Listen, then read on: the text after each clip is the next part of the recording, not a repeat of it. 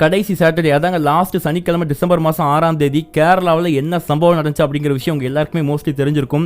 அதாங்க சித்திரப்பிரியா அப்படிங்கிற ஒரு 19 வயது மதிக்கத்தக்க எர்ணாகுளத்தை சேர்ந்த ஒரு பொண்ணு காணாமல் போயிருக்கிறாங்க. அப்படி காணாமல் போனவங்க என்ன கோலத்தில் கண்டெடுக்கப்பட்டாங்க, ஸோ அவங்களை அந்த மாதிரி நிலைமைக்கு ஆளாக்குனது யாரு, இந்த மாதிரி சம்பவங்களெல்லாம் நம்ம பார்க்கலாம். பட் இதுக்கு முன்னாடி இன்னொரு ஹைலைட்டான விஷயம் என்ன அப்படின்னு பார்க்கும்போது ஏங்க அந்த பொண்ணு தான் காணாமல் போயிருக்கிறாங்க. இப்போ அந்த பொண்ணுடைய உடல் கிடைச்சிருக்குது ஒரு இடத்துல இருந்து. அந்த பொண்ணு தான் அப்படிங்கிறத கன்ஃபார்ம் பண்ணிட்டு அந்த பொண்ணை யார் இந்த மாதிரி ஆளாக்குனாங்களோ அவங்களே வந்து வாக்குமூலம் கொடுத்த ரீசனால அவங்களை இப்போ அரெஸ்ட் பண்ணி ஜெயிலில் போட்டாங்க. ஆனால் இப்போ புது பிரச்சனை என்னன்னு பார்க்கும்போது ஒரு சிசிடிவி கேமரா ஃபுட்டேஜை கொண்டு வந்துட்டு அந்த பொண்ணுடைய சொந்தக்காரங்களே இது எங்க பொண்ணு கிடையாது அப்படிங்கிற மாதிரியான விஷயங்களை சொல்லிட்டு இருக்காங்க. இதுதான் இப்போ வந்துட்டு ஒரு புதுசாக அந்த கேஸில் ஒரு குழப்பத்தை உண்டாக்கிட்டு இருக்குது. நடந்தது என்ன, அந்த பொண்ணு யாரு, எதுக்காக அந்த ராத்திரி அவங்க ஒரு கோயில் ஃபங்க்ஷனுக்கு தான் போயிருந்திருக்காங்க, போன இடத்துல இருந்து எதுக்கு வெளியே வரணும், எங்க காணாம போகணும், யார் அவங்க இந்த மாதிரி பண்ணியிருப்பாங்க, என்ன நடந்திருக்கு அப்படிங்கிற மாதிரி எல்லாத்தையும் டீட்டெயிலாக விளக்குற மாதிரி இன்னைக்கு நம்ம இந்த ஒரு கிரைம் சம்பவத்தை பார்க்க போறோங்க. ஸோ அதுக்கு முன்னாடி மக்களே இந்த மாதிரி நாட்டில் நடக்கக்கூடிய எல்லா கிரைம் சம்பவங்களையும் நமக்கு தெரிஞ்சுக்கணும்னு ஆசைப்பட்டீங்கன்னா இப்போவே நம்ம சேனலை சப்ஸ்கிரைப் பண்ணி பெல் பட்டன் ஆல்னு பண்ணி வச்சுக்கோங்க. டேரெக்டாக இன்னைக்கான இந்த ஒரு சம்பவத்தை பார்த்துடலாங்க. ஸோ இந்த சம்பவத்தை பொறுத்த லெவலில் நான் ஏற்கனவே சொன்ன மாதிரி கேரளாவில் இருக்கக்கூடிய எர்ணாகுளம் அங்கே வசிச்சு வந்த ஒரு ஃபேமிலி தான்.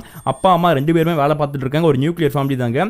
இப்போ அவங்களுக்கு பிறந்த ஒரு பொண்ணு தான் 19 வயது மதிக்கத்தக்க அந்த சித்திரப்பிரியா அப்படிங்கிறவங்க.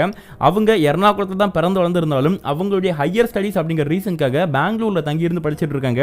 இப்படி பெங்களூர்ல போய் அந்த பொண்ணு தங்கியிருந்து படிக்கிறதுனால அவங்க வீட்டில் இருக்கக்கூடிய பேரண்ட்ஸுக்கும் கொஞ்சம் வந்துட்டு சங்கடமா இருந்துட்டு இருக்குது. எப்பண்டா நம்ம பொண்ணு வந்துட்டு திரும்ப ஊருக்கு வருவா, ஏன்னா பேரண்டா இருக்கும் பட்சத்தில் கண்டிப்பா நம்ம பிள்ளைங்களை பார்க்கணும்னு சொல்லிட்டு ஒரு ஏக்கம் இருக்கும் பாருங்க.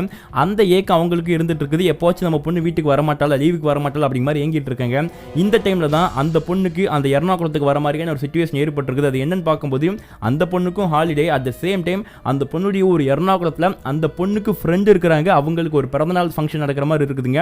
அந்த ஒரு பிறந்தநாள் ஃபங்க்ஷனையும் அட்டன் பண்ற மாதிரியான ஒரு சிச்சுவேஷனும் அப்பா அம்மாவையும் பார்த்துடலாம் அந்த மாதிரி வந்துட்டு ஒரு பல பிளானோட தான் அந்த பொண்ணு என்ன பண்ணியிருக்காங்க, எர்ணாகுளத்துக்கு வந்திருக்காங்க. அந்த டிசம்பர் மாதம் 6ஆம் தேதி அந்த பொண்ணு கிட்ட வந்திருப்பாங்க போல.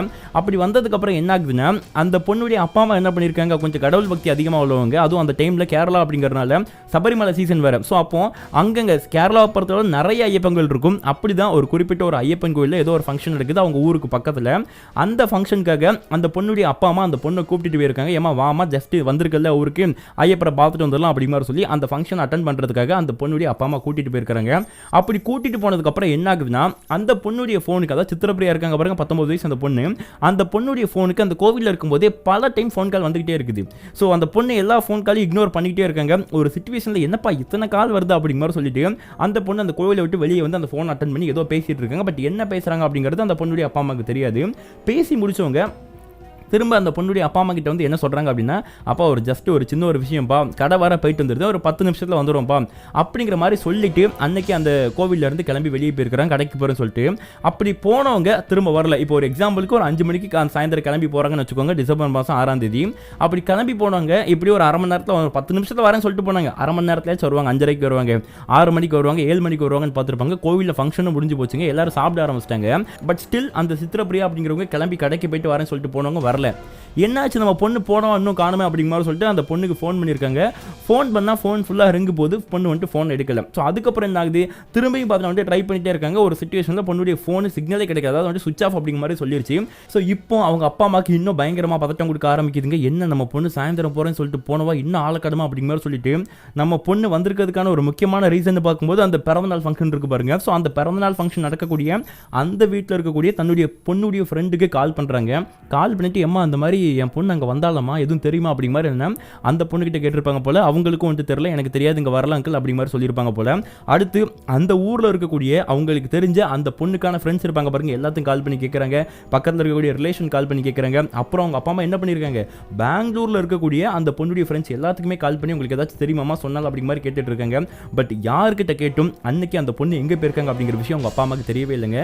நைட் ஒரு 9 மணி 10 மணி தாண்டி போச்சு. இதுக்கப்புறம் நம்ம வந்துட்டு சும்மா உட்காந்துட்டு இருந்தோம் அப்படின்னா இது ஒரு பெரிய ரிஸ்க் ஆயிரும் அப்படிங்கிற மாதிரி புரிஞ்சுக்கிட்டா அவங்க அப்பா அம்மா என்ன பண்ணியிருக்காங்க, ஊர் ஃபுல்லாக தன்னுடைய சொந்தக்காரங்களை எல்லாத்தையும் விட்டு சல்லத்தை போட்டு ஒரு பக்கம் தேட சொல்லிட்டு இன்னொரு பக்கம் போலீஸ் ஸ்டேஷன் போயிட்டு கம்ப்ளைண்ட் கொடுத்துட்டாங்க. இந்த மாதிரி வந்துட்டு என் பொண்ணு கோவிலுக்கு வந்திருந்தா, ஏதோ ஒரு ஃபோன் கால் வந்து ஃபோன் அட்டன் பண்ணிட்டு போனவா, கடைக்கு போகிறேன்னு சொல்லிட்டு கிளம்புனா சார், அதுக்கப்புறம் இப்போ வரைக்கும் திரும்பி வரல அப்படிங்கிற மாதிரியான விஷயத்தை அன்னைக்கு அந்த போலீஸ்காரங்கிட்ட சொல்லியிருக்காங்க. அப்படி போலீஸ்காரங்கிட்ட சொன்னதுக்கப்புறம் என்ன ஆகுது, போலீஸ்காரங்களும் அன்னைக்கு நைட்டு ஃபுல்லாக எல்லா இடம் தேடி பார்த்துருக்காங்க.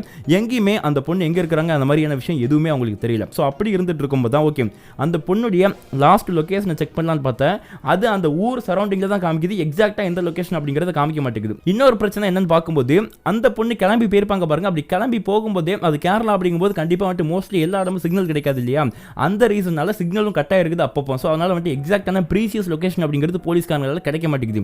இன்னொரு பக்கம் என்ன ஆகுதுன்னா, ஊர்ல வந்துட்டு வேற எங்கேயாச்சும் அந்த கோவிலை சுத்தி சிசிடிவி கேமரா இருக்குதா அப்படிங்கறத பார்க்கலாம்னு சொல்லிட்டு போலீஸ்காரங்க அந்த மாதிரி சிசிடிவி கேமரா செக் பண்ணிட்டு இருக்காங்க. அப்படி செக் பண்ணும்போது தான் போலீஸ்காரங்களுக்கு ஒரு சிசிடிவி ஃபுட்டேஜ் கிடைச்சிருக்கு. அது என்ன அப்படிங்கிறது சின்ன ஒரு போட்டோ ப்ரூஃப் இருக்குது. இப்போதைக்கு நான் அதை போடுறேன், அதுக்கப்புறம் கடைசியில் அந்த சிசிடிவியை பத்தி முக்கியமா ஒரு விஷயம் பேசுறோம், வெயிட் பண்ணுங்க.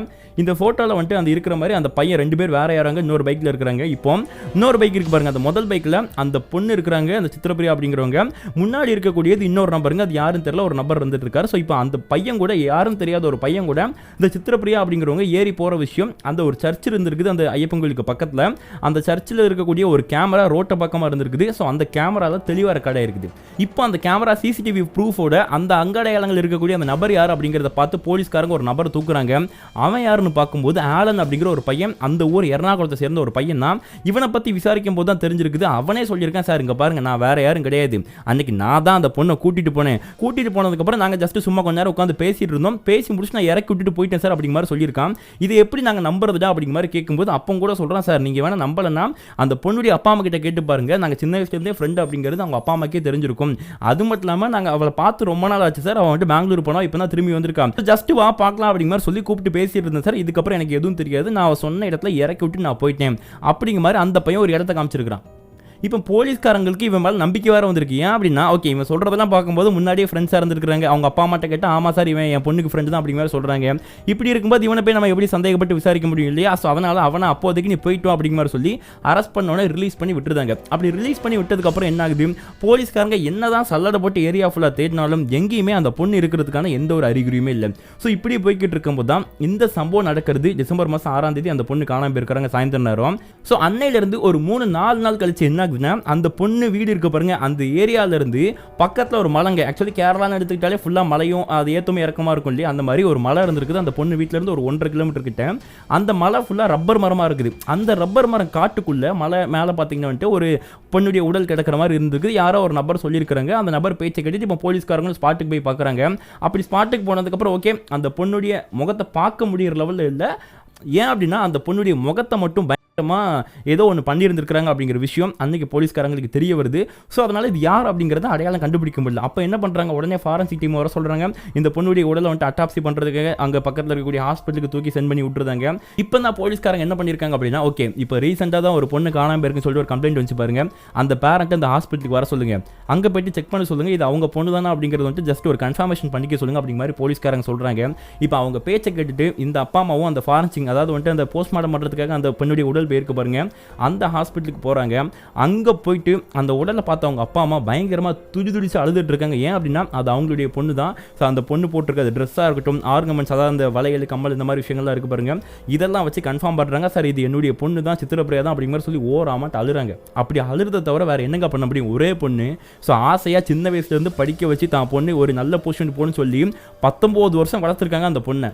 அப்படி இருக்கும்போது அந்த பொண்ணுக்கு இந்த மாதிரி ஒரு நிலைமை சுட்டு அந்த பொண்ணுடைய முகமே தெரியாத லெவலுக்கு ஏதோ ஒரு சம்பவம் நடந்திருக்கு. அப்படிங்கும்போது எப்படிங்க அந்த பேரண்ட்ஸால் வந்துட்டு அதை ஏற்றுக்கொள்ள முடியும்? ஸோ அந்த மாதிரி அழுதுகிட்டு இருக்காங்க. ஸோ இப்படி இருந்துட்டு இருக்கும்போது பேரண்ட்ஸ் ரொம்ப ஆதங்கத்தில், சார் என் பொண்ணுக்கு இந்த மாதிரி பண்ணவனை வந்துட்டு சும்மா விடக்கூடாது சார், நீங்கள் வந்துட்டு நீங்கள் எவ்வளோ சீக்கிரம் முடியுமோ அவ்வளோ சீக்கிரம் நடவடிக்கை எடுத்து அந்த குற்றவாளியை தூக்கி உள்ளே போடுங்க அப்படிங்கிற மாதிரி ஆதங்கமாக அந்த பொண்ணுடைய பேரண்ட்ஸ் உறவினர்கள் தான் சண்டை போட்டுட்டு இருக்காங்க போலீஸ்காரங்கிட்ட. இப்போ போலீஸ்காரங்க என்ன பண்ணுறாங்க, அவங்க எங்கே சுற்றி போனாலும் அந்த ஒருத்தன் சஸ்பெக்டாக இருக்கான் பாருங்க, ஆல்ரெடி ஆலன் அப்படிங்கிற பையன் அந்த பொண்ணுடைய ஃப்ரெண்டுன்னு சொல்லிட்டு இருந்தாங்க பாருங்க, அவன் தான் போலீஸ்காரங்களுக்கு ஒரு சஸ்பெக்டா இருந்துட்டு இருக்கான். ஏன் அப்படின்னா அந்த சிசிடிவி கேமரால அந்த பொண்ணு கூட்டு போனது அவன் தான், லாஸ்ட் அந்த பொண்ணுக்கு அத்தனை கால் பண்ணது அவன் தான். அப்படிங்கிற ரீசனால என்ன பண்றாங்க, திரும்ப அவனை கஸ்டடியில் எடுத்து விசாரிக்கிறாங்க. அப்படி விசாரிக்கும் போது அந்த ஆலன் என்ன திருப்பி விடுறானா, சார் இங்க பாருங்க நான் அந்த பொண்ணை ஏத்திட்டு போகும்போது வந்துட்டு அந்த இன்னொருத்தர் 2 பேர் நீங்க சிசிடிவில பாத்தீங்கன்னு சொல்றீங்க பாருங்க, அவங்களை பார்க்கறதுக்கே ஒரு மாதிரி தான் இருந்துச்சு. எப்படி இந்த ஆலன் ஃபர்ஸ்ட் என்ன பண்ணிருக்கான், அந்த சிசிடிவில ரேண்டமா 2 பேர் பைக்ல கிராஸ் பண்ணி போயிருப்பாங்க பாருங்க, அவங்கள முதல்ல மாட்டி விடுறதுக்கு ட்ரை பண்ணிருக்கான். கொஞ்சம் விட்டுருந்தா போலீஸ்காரங்க அவங்களையும் கஸ்டடியில் எடுத்துருப்பாங்க போல. அதுக்கப்புறம் தான் வந்துட்டு போலீஸ்காரங்களுக்கு இவன் என்ன சொன்னாலும் இவன் மேல நம்பிக்கையே வரல. அப்புறம் வந்துட்டு போலீஸ்காரங்க விசாரிக்க வேண்டிய முறையில் விசாரிச்சதுக்கு அப்புறம் தான், சார் நான் தான் சார் பண்ண அப்படி மாதிரி எல்லா உண்மையும் ஒத்துக்கிறான். அவன் சொல்ற விஷயங்கள்லாம் கேட்டு போலீஸ்காரங்க நடுங்கி போறாங்க. ஏன் அப்படின்னா அன்னைக்கு மட்டும் போலீஸ்காரங்க அந்த ஒரு ட்ரீட்மெண்ட் அவனுக்கு கொடுக்கலன்னு வைங்க, மித்த 2 பேர் இருக்காங்க பாருங்க, யாருன்னு தெரியாத அப்பாவி பசங்க 2 பேர், அவங்கள கை காமிச்சுட்டு இவன் காணாம போயிருப்பான். ஸோ நல்ல வேலை போலீஸ்காரன் கொஞ்சம் அப்படி போட்டு விசாரிச்சிருப்பாங்க போல. அப்படி போட்டு விசாரிச்ச நிலைமையில தான் இப்போ வந்துட்டு எல்லாத்தையும் உண்மையை சொல்கிறான். அப்படி என்ன சொல்கிறான் அப்படின்னா, இங்கே பாருங்க, அன்னைக்கு வந்துட்டு நான் ஃபுல் போதையில் இருந்துட்டு இருந்தேன். நீங்கள் நினைக்கிற மாதிரி ஜஸ்ட் அந்த பொண்ணு எனக்கு ஃப்ரெண்டு கிடையாது சித்திரப்பிரியா அப்படிங்கிறவங்க. நாங்கள் ஸ்கூல் படிக்கும் போதுலேருந்து சின்ன வயசுலேருந்து 2 பேர் லவ் பண்ணிட்டு இருந்தோம்.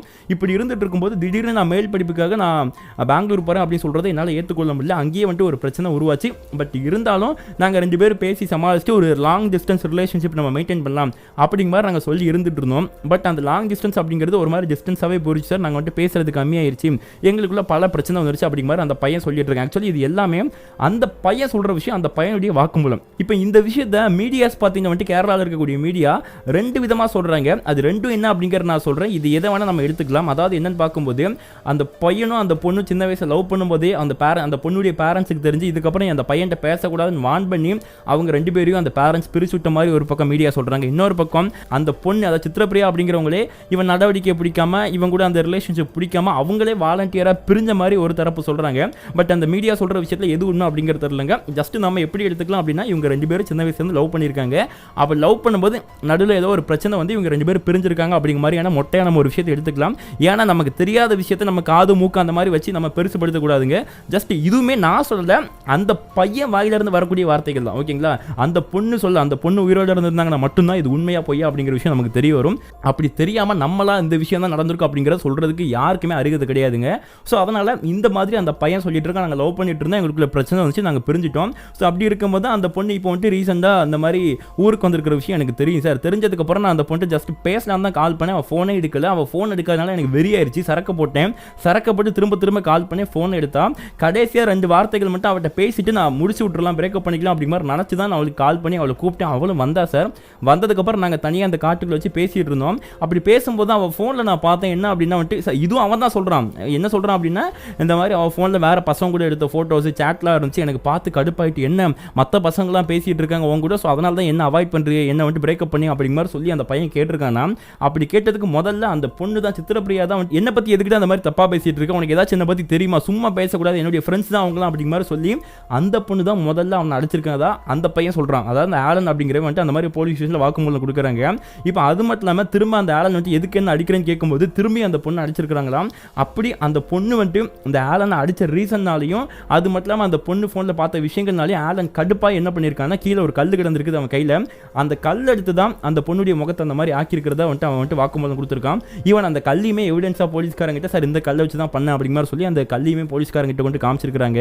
இந்த மாதிரி இந்த ரீசனுக்காக தான் அந்த மாதிரி விஷயத்தை பண்ணேன் அப்படிங்கிற மாதிரி என்னன்னா ஆலன் ஃபுல்லாக வாக்குமூலம் கொடுத்துருக்கான். என்னதான் அவன் வாக்குமூலம் கொடுத்தாலும் இதை வந்துட்டு போலீஸ்காரங்க எடுத்துக்கிட்டு அவனை அரெஸ்ட் பண்ணி உள்ள போட்டாங்க. ஓகே, ஆனால் இதை நம்ம உண்மையான வாக்குமூலமாக எடுக்கலாமான்னு கேட்டீங்கன்னா கூடவே கூடாதுங்க. ஒரு பொண்ணு அதுவும் 19 வருஷமா அவங்க அம்மா அப்பா கஷ்டப்பட்டு வளர்த்துருக்காங்க அப்படின்னா எவ்வளோ பாசம் வச்சிருந்துருப்பாங்க.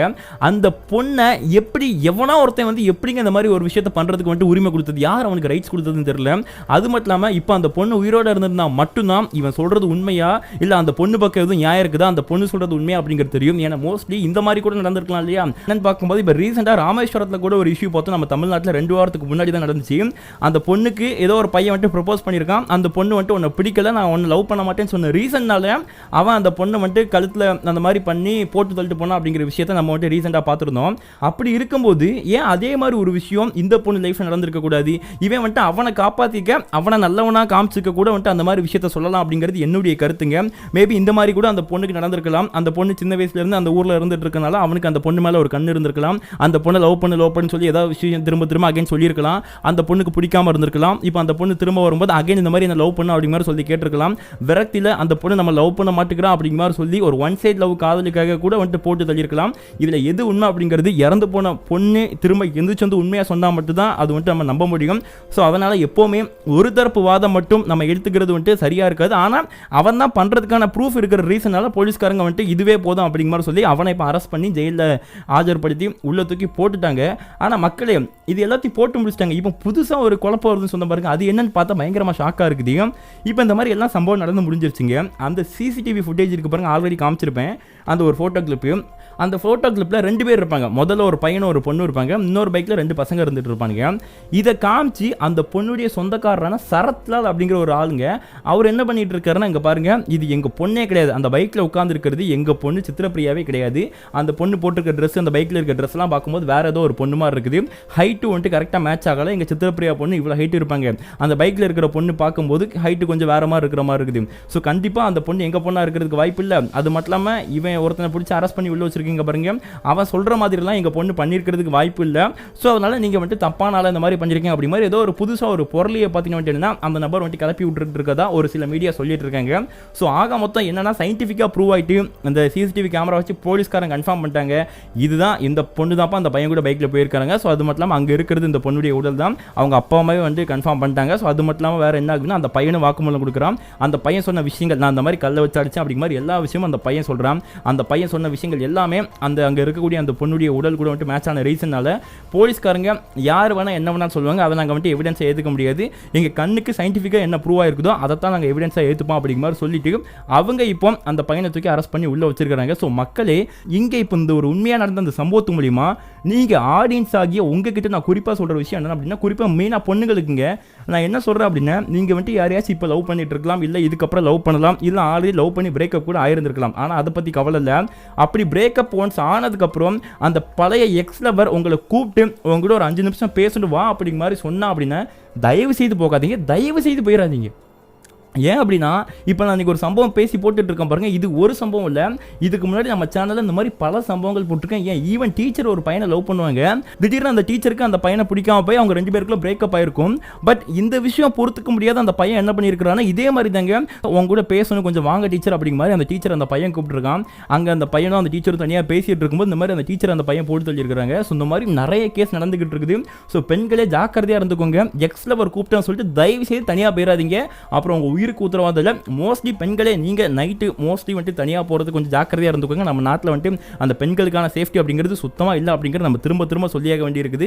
தினம் அவ்வளோ கேஸ் நடக்குது. ஸோ எப்போவுமே உங்கள் பாக்கெட்டில், அதாவது ஒரு டயலாக் நான் சொல்லலாம்னு வச்சிருக்கேன் இதுக்கப்புறம், please keep pepper spray on your packet always அப்படிங்கிற மாதிரி ஒரு டயலாக், மேபி கிராமர் மிஸ்டேக் இருக்கலாம், ஸோ கரெக்ட் பண்ணிக்கோங்க. எப்போவுமே உங்கள் பாக்கெட்டில் ஹேண்ட்பேக்கில் நீங்கள் வந்துட்டு ஒரு பெப்பர் ஸ்ப்ரே வாங்கி வச்சுக்கிறது உங்களுக்கு நல்லது அப்படிங்கிறத நான் திரும்ப திரும்ப சொல்லிக்கிறேங்க. ஏன்னா இங்கே யாருக்கும் எப்போதும் சேஃப்டி கிடையாது அப்படிங்கிறது தான் உண்மை. ஸோ மக்களே, சட்டங்களும் தண்டனைகளும் கடுமையானால் மட்டுமே இந்த குற்றங்கள் குறையும். நம்ம பெப்பர் ஸ்ப்ரேலாம் இல்லாமல் கெத்தாக வந்துட்டு ஃபாரினில் போகிற மாதிரி நடந்து போக முடியும். இல்லாட்டி எப்போ நமக்கு என்ன நடக்கும் அப்படிங்கிறது நமக்கு தெரியாதுங்க, யாருக்குமே தெரியாது. ஸோ கேர்ஃபுல்லாக இருந்துக்கோங்க.